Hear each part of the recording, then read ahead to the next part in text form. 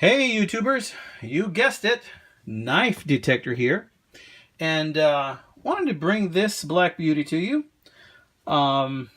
This is a Buck 446C Goliath, aka Goliath. This is a knife that I've had my eye on for a while. Not this particular knife, but this style of knife and this number code designation of knife. It's called the Goliath. It's a big knife. It's about 5 inches or a little bit better than 5 inches. Got my safety steel gloves on. And this knife is dirty, guys. I just got this out of the mail. These, if you want to get one used on eBay, you can expect to pay starting at around $50, and they usually run between $50 to $100. I don't think they make these anymore. I might be wrong, but I haven't seen them in a while, in some years advertised. So I do, however, see them used on eBay, and it's a big knife. It's a hefty knife. Now, I got this for $10. And I'm going to show you why I got this so cheap. But I'm going to start on the outside. And remember in my previous video I told you about cleaning knives. This knife is uncleaned in rough condition. It has all kinds of debris, stains coming from I don't know what. It has all kinds of gook. This side is much cleaner than the other one, which leads you to believe that it was resting on the ground or resting on top of an old rusty pan or the old rusty floorboards of somebody's truck or boat or tackle box with fish guts or something.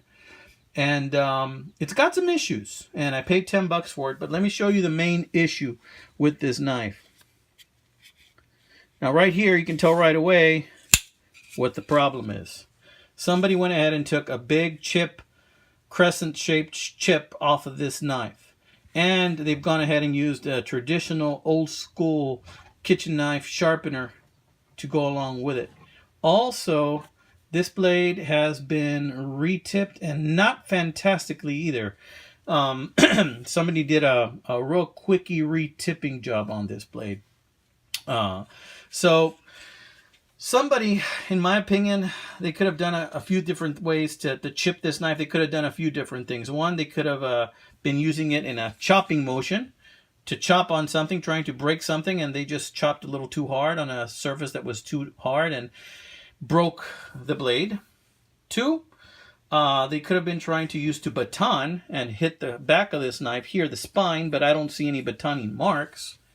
Three, they could have dropped a heavy piece of machinery or tool, heavy tool on this knife while it was open, or they could have just dropped this knife onto something. They could have also run this over with a heavy vehicle. There's lots of things they could have done. So there's no edge here. It's not sharp at all. It was clearly just snapped off. So you can see where it's dirty, and they did some improper sharpening there as well. This knife has some issues.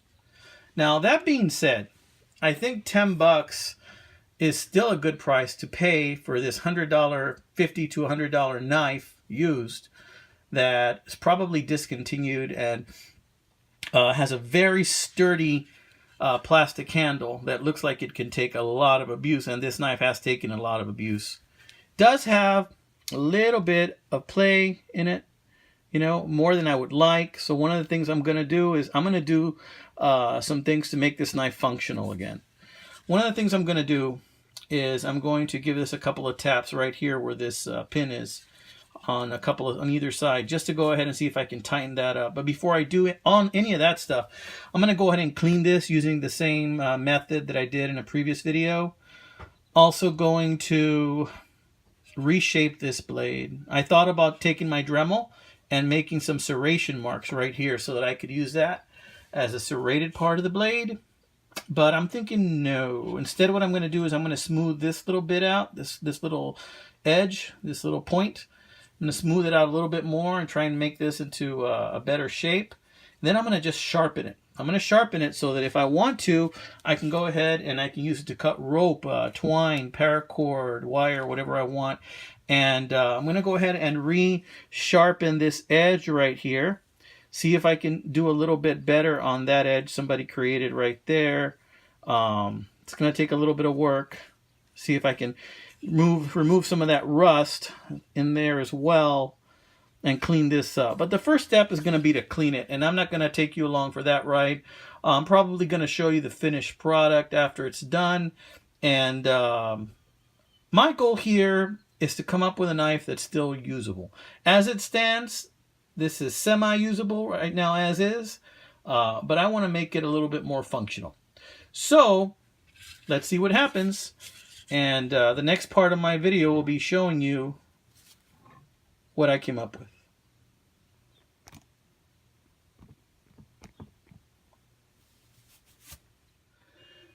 Okay, y'all, here it is. Y'all want to see a knife massacre? This is what a knife massacre looks like.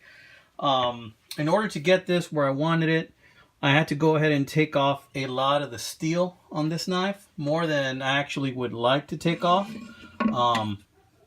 As you can see, I had to polish off a lot of that steel in order to get that big chunk out and to make this blade look more or less like a regular blade and presentable. However, I found a truth about this knife out. This knife is made with incredibly soft steel. The steel on this knife basically melts like butter. It melts like butter when you try and do something with the grinder. As soon as I tried to put an edge on it of some type and to try and change the shape of the steel, it would go instantly to blue. And it would start just grinding off big chunks of metal off of this blade.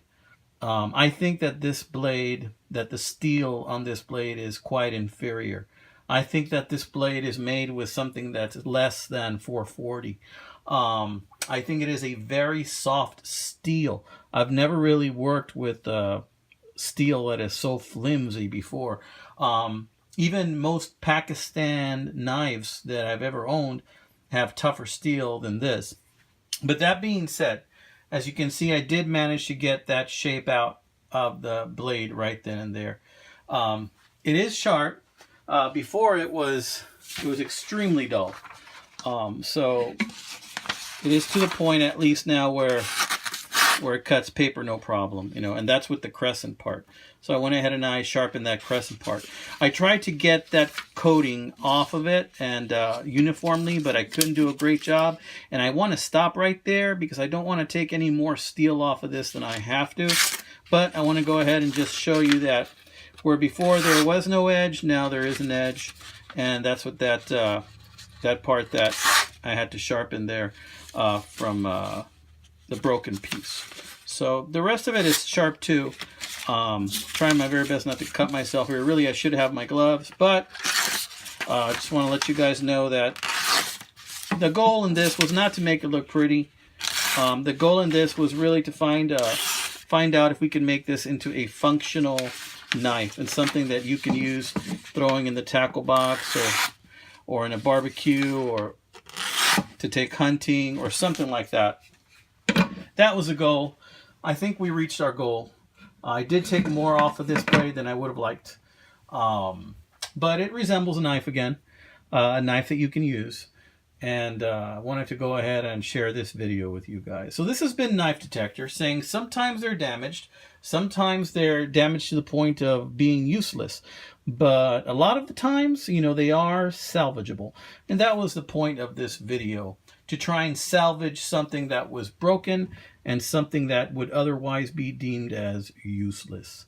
So this is Knife Detector, signing off, saying to all of you guys, God bless and stay sharp.